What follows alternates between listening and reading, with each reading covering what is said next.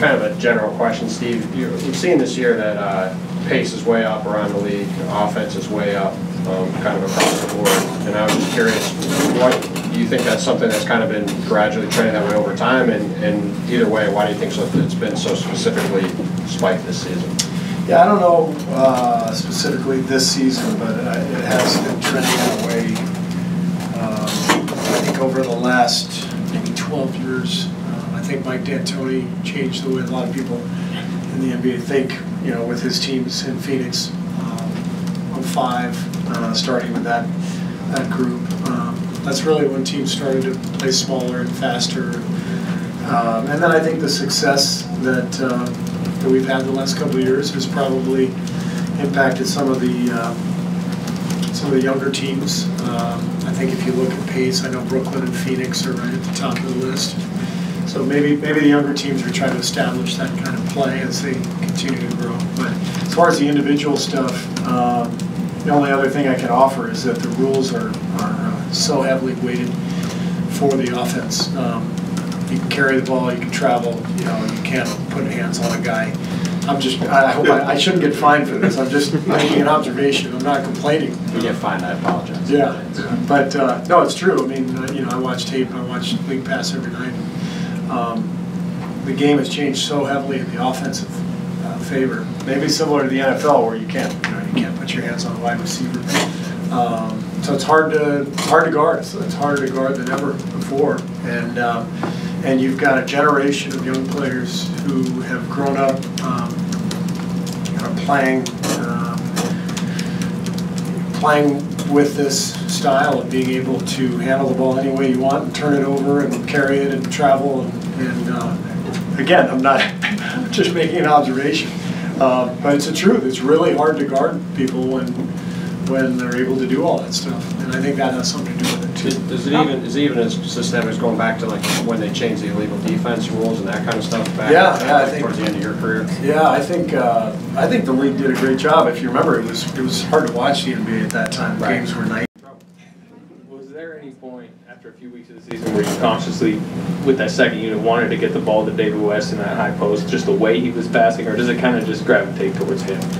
At times where he's kind of, you know, passing for those cutters? No, we run a lot of actions for him to make a pass, for sure. He's a brilliant passer both from the high post and the low post. And so we try to put him in that spot. And but the way we play generally, the ball just moves and everybody's cutting, and whoever can make a play will make the play. And that's I think that's been our best attribute as a team over the last couple of years offensively. You know, you can point to the shooting, and obviously, you know, Steph and Clay are incredible shooters, and that opens up the floor.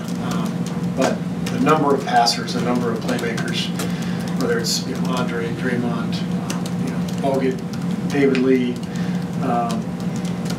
you know, you can go down the list with our team now. You know, KD and Steph and Zaza, David, they can all make plays, and they're all really good passers, and that's what makes it fun for our guys to play the way we do.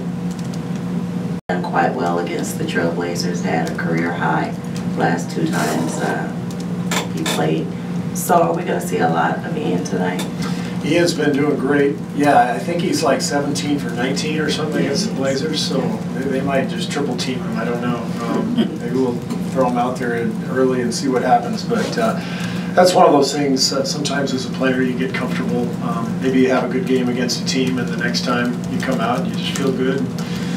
He's put together a couple of those good games against them, so hopefully that continues. And you know, but he's earned all these minutes. He's really established himself in the rotation, and I'm really proud of him for the way he's done it. He's just a pro. He doesn't ever complain if he doesn't get in. He just stays ready and produces. Steve, have you noticed a difference in their defense, the Blazers, without Luka getting back in the lineup?